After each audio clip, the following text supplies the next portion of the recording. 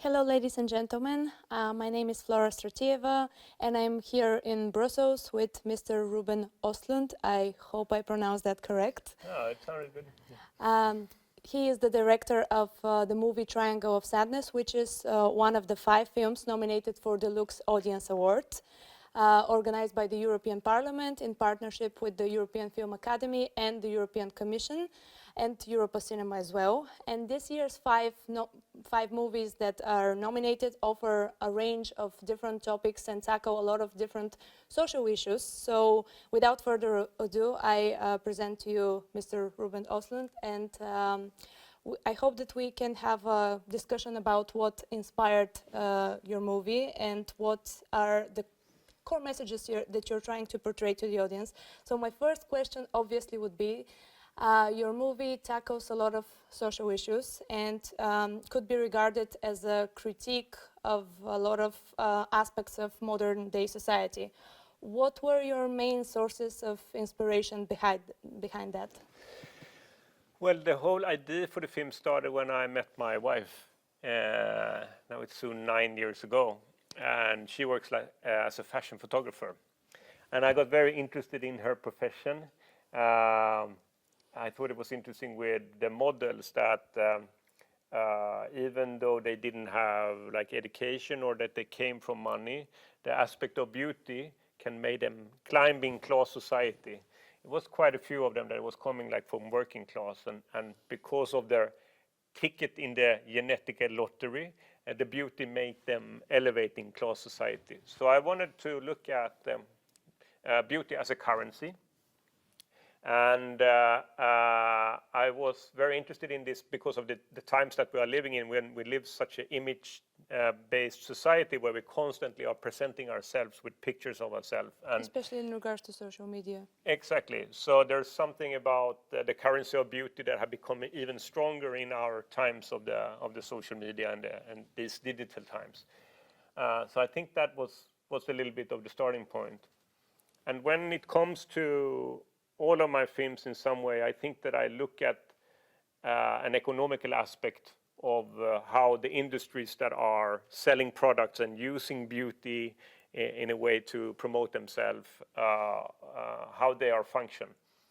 And I thought it was very interesting when my wife told me about the different strategies of the different fashion brands. For example, if you look at a fashion brand like Balenciaga, that consider themselves to be like an exclusive brand for a smaller scale of consumers, she made me aware of that. They hardly never smile. Yeah, so the marketing strategy, like the higher the prices, yeah. The more unwelcoming the models. Yeah, exactly. Then you're positioning yourself from a scale when you're also buying these clothes. So, okay, welcome to the group of H&M. It's a smiling group of where everybody is welcome. And then if you're putting in a lot of more money, you can also position yourself in a different part of the hierarchy. And I often, when I do my films, I also like to look into like investigations, scientific investigations in some way. And I found one thing that was very interesting that was about zebras on the savannah. And there was a scientist that was looking on the zebras on the savannah, and he was asking himself, how come the zebras have a black and white pattern when they are living on the sandy yellow savannah? Wouldn't it be more efficient if they were in a sandy yellow fur? And he tried to study the zebras, and he tried to study one individual in the herd. But it turns out it's very hard to follow one zebra because they disappear in the herd because of the pattern of the black and white pattern. So what he did was that they sprayed a red dot on the side of one of the zebras, and then you could follow that zebra. But what the consequence also was that it was very quickly taken by lions. So the fur is basically to hide in the herd. And he was making parallels to how the fashion industry is working. Because when we are buying clothes, we're basically trying to buy a camouflage. And we are identifying which part of like the social hierarchies that we think that we are connected to, and we buy the clothes in that group. And therefore, it's very efficient, of course, if the fashion industry is changing camouflage every spring and every fall. So you have to consume more clothes. So it's like always in my movies, it's aspects like this that is triggering my interest. So if we regard the movie as a critique of capitalism in a way, in modern day capitalism, let's say, it was very interesting viewing the movie because I come from Bulgaria, which is actually a country with a former communist past, you know. And we were told that capitalism is this cure that would solve a lot of our social issues. But like, for example, last year, a lot of movies criticizing the ultra rich, the top 1% came out. And I think a lot of these social divisions actually came further during the COVID-19 pandemic. So what is the core message that you're trying to display to the audience? I'm brought up in a home where my mother and my father became left-wing during the 60s movement. And my mother is one of the few that still consider herself a communist. So like a loud political discussion with my brother in my home that is more of a liberal have always existed. So we have always talked politics in my home. But one thing that I think that I'm dealing with a lot in my films is a sociological aspect of our behavior. And Marx was one of the founders of sociology.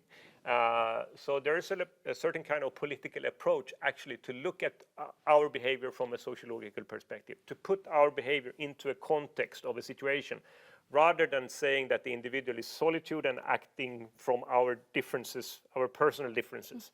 So I would say that the Anglo-Saxon culture, the neoliberalistic or the liberalistic way of looking at us is to say, you point fingers toward the individual and trying to find the answers and explanations from the individual perspective. But the sociological perspective, it's putting the individual in a context, and we're looking at the context why the behavior is changing. And that is the main thing that I'm dealing with all my films, I would say. And then I don't consider my films like saying like being anti-capitalist, like period. There are downsides with like a very aggressive market economy, of course. There are downsides with the plan economy, like the kind of economy when you are trying to plan everything ahead. So, but what's interesting, I'm sorry that I'm interrupting you, No but what's interesting in the movie is that your characters are not one-dimensional. And I think that when portraying the rich, there are two ways you could go. You could go the Charles Dickens route and completely villainize the rich characters and make the other ones superheroes. But in your movie, what's interesting is that the lower social classes also displayed the same characteristics as like their richer counterparts, and they were not like taking the moral high ground. So how do you explain that? Was it because I don't believe that that's the case. I believe that it is a very, how to say, stereotypical and cliche storytelling aspect to say that rich people are superficial and evil, and that poor people are genuine and generous. And it's probably the contrary. If you're poor, you're going to have the less possibility of being generous. So it's almost like a certain kind of middle class perspective on human being in order to justify our position. We say that the rich people, okay, maybe they have a lot, but at least their life is not as spiritual as the working class or the middle class. So I really wanted to step away from that, and I wanted to make the rich people nice. And I definitely wanted to humanize them, yeah. I didn't want. I wanted the nicest characters to be the arm dealer couple. I love the idea about we have two British old couple that that have made all the money selling landmines and hand grenades, but actually they are very nice, you know, because I think that the old explanation model that I think is almost just as common in the Anglo-Saxon culture, in the Hollywood factory, to say there's an evil capitalist there, yes. and if you just yes. replace him, then we can continue. And I think almost that the left wing of today is having the same kind of explanation model. They want to point out the evil capitalist rather than looking at the structures. I think in times of such division, it's kind of refreshing not to just point the finger at completely at the social group. Yeah. What would you say is the biggest challenge as a European filmmaker that you're facing? Because as we previously mentioned, you were nominated for the LUX Audience Award. What does it mean to you? I love the LUX Award, and I was also nominated for a LUX Award, but the other part of the LUX Award for play. And I think it's a way to showing that the kind of content that the films are consisting of is actually a viewpoint that you have on the world. It's an ideological viewpoint on how you look at human being and our behavior. And it is a political statement if you are supporting a certain kind of film, because it's going to tell something about like a standpoint that you have. So the LUX Award is taking that seriously, and I think it's important that we take these kind of things seriously. And I would like to draw a parallel, because when it comes to Sweden, I think that Sweden have been kind of naive when it comes of discussing cultural influence, for example. And I'm brought up during the 70s. I'm completely marinated in Anglo-Saxon culture. So I'm brought up with Beverly Hills. I'm brought up with like all the American culture. And I think that slowly these have changed our perception of things. I think that Sweden, one of the reasons that Sweden is like more individualistic than I think in other countries in Europe, is because we have consumed that kind of culture over and over again. And there are great things about the liberal viewpoint of the world, but there are also like downsides of it. And one downside of it is that we lose our trust in the common project. We lose our trust in the common idea of creating a common project. And so LUX Award is a way of that saying, okay, come on, this is important for society. The images that we are consuming, what we are looking at, is going to change the way that we're looking on the world. And in times of division, like cinema is one of the main things that unites people across Europe and everywhere. What are the main things that differentiate European cinema from the American one, would you say? Well, I would say the main thing is that we have a state-founded cinema in Europe, and in Europe, in the core of the cinema industry in Europe, it is that we are actually creating the future with the movies that we are making. And if you look at the American film industry, they are much more driven by like an economical factor. And there are downsides with both of these systems. I would say a downside of the European system is that we are basically economically safe when we get the money from the state. So we don't have to reach the audience. So I would say that the challenge for European cinema is that we have to get in connection with the audience. But I have a suggestion of how we should do that. How? I think that it should be a counter demand on the creators when we get money from the state. For example, when I get money from the Swedish Film Institute, I'm obligated to go on a 10-city tour with my film. Because if I give the cinema operators an event that they can sell to the audience, a live event, then they have something that they can compete towards the streaming services and so on. We have to consider much more being a film director today for a cinema, something that is connected with a live event. And if there's a counter demand on me that I go on a 10-city tour, in Sweden we make approximately 20 feature films, 20 fiction and 20 documentary feature films every year. Then we would have 400 events that the cinema owners can sell with our participation. Then we get to know the audience get to know us. And there's a reason why I think this is extra important today. Because if you look at the behavior that how we are consuming images, back in the days we were sitting together in front of the TV and watching things together in front of the TV. The only thing that we're watching together in front of the TV today in Sweden is Eurovision Song Contest. All other content we are sitting and looking on individual screens. And when we're looking at things on individual screens, we are processing it in a different way. In a cinema, I have to make a standpoint what I'm seeing, because someone might ask me afterwards, what do you think? So intellectually, I'm going to be much more activated when I'm looking in the cinema. And if you look at today, for example, the young generation of today, the new generation that is brought up, back in the days, the Swedish children program on Swedish television was the program that had most of the young audience. Today there are 14-year-old influencers that have a bigger audience than the Swedish children program on television. 14-year-old influencers that is in the hands of the big tech companies that have algorithms that is curating the content. For me, that is scary. For me, that is scary that we have completely lost the control. What kind of content we want the next generation to look at. therefore, I think that the cinema is having a very important role today, because this is the room where we are reflecting on what we actually are looking at. This is the room where we are, after we have seen it, we are going to talk about it. And to have a critical and an intellectual process of what we are watching is something that this room can remind us about, and it can remind the next generation about it. And we have to build that culture, that aspect of our social, the social event of going to the cinema have to be highlighted and have to be also created as an invitation for the next generation to participate in it.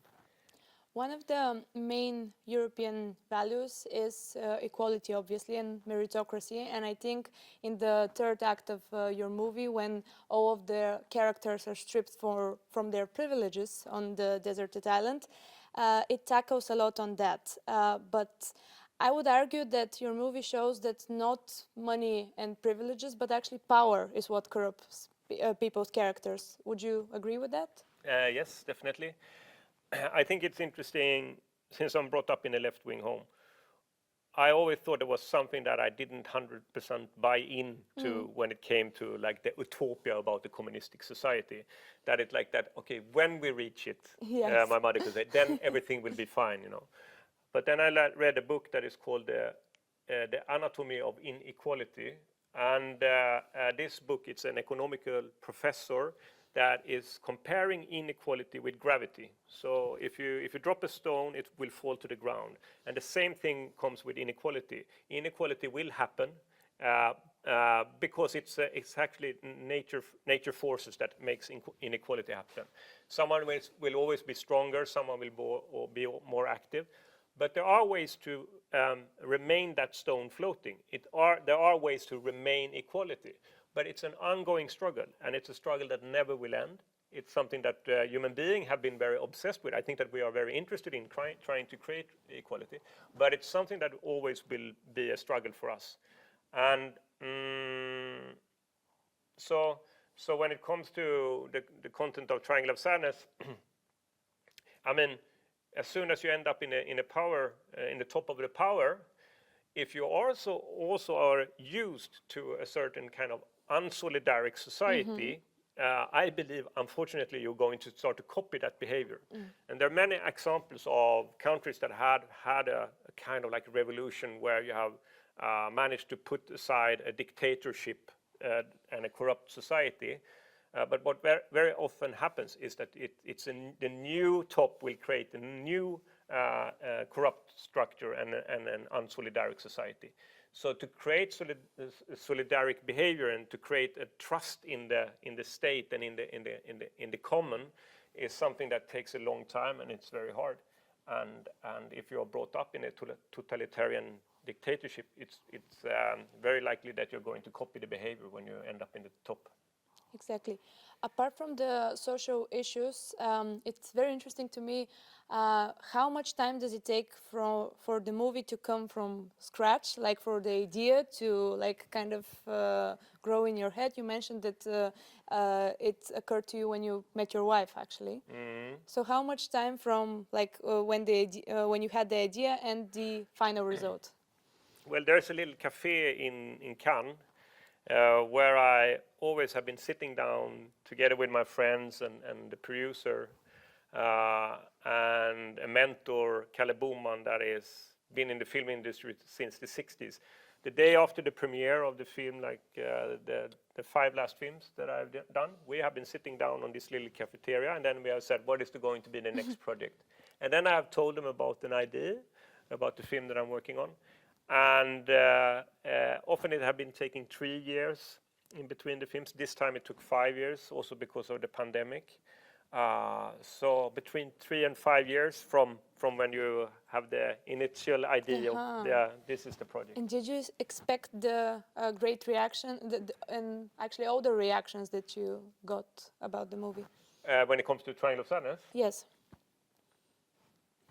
No, I am very happy of the reactions, and I'm very happy about watching the film together with an audience in a cinema, because there was very loud and strong reactions, and I I did a lot of test screenings when I was doing Triangle of Sadness. I was completely focused on that. I want this to be an experience when you watch it together. Yes, a lot of visual effects, a lot of sound effects as well. Yeah, and also pushing it to a certain limit, because I think that at least when I think about when I'm going to the cinema, I want to be challenged in some way about what I'm going to watch.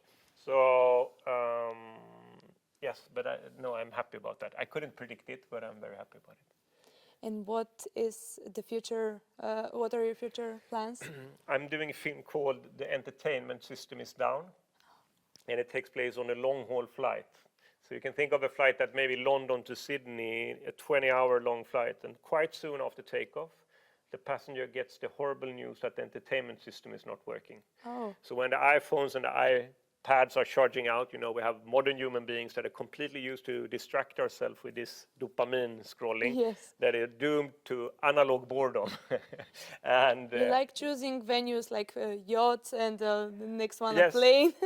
Yeah, but I think it's interesting with to have a limited setup in some way. And an airplane is very interesting because then it's also, you have the classes, you have the economy, the business and first class.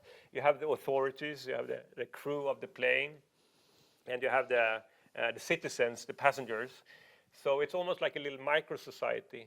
And there is a psychological experiment that I've been very inspired of that is dealing with boredom, or when we human beings are dealing with boredom. And that experiment is called the challenge of the disengaged mind. And then they asked test person to go into a room and do nothing for in between 6 and 15 minutes. So a very short time period. And the test person afterwards, they described this as horrible, that they thought it was like completely horrible. Some even compared it with torture. So the scientists added a feature, and it was that the test persons could, if they wanted to, they could push a button and give themselves an electrical shock. And this was of free will. And this electrical shock was very painful, but not harmful. And it turns out that 2/3 of the men are pushing this button and giving them the shock, 1/4 of the women. And there was one test person that was giving himself 190 shocks within the time range of 15 minutes. He would prefer like the dopamine. Exactly. So, and I think this was regardless how much you use a cell phone or which class you come from. So it seems like it's something fundamental for us human beings that we need a forward movement. Otherwise, we don't want to be alone with our thoughts. So this is something of the setup of the next film that I'm going to investigate. That's we're looking forward to it. Like in a few years, maybe we're gonna do another interview. Thank you so much for answering my question. I think that concludes our interview today, and we are expecting seeing more things coming from you. Thank you. Thank you.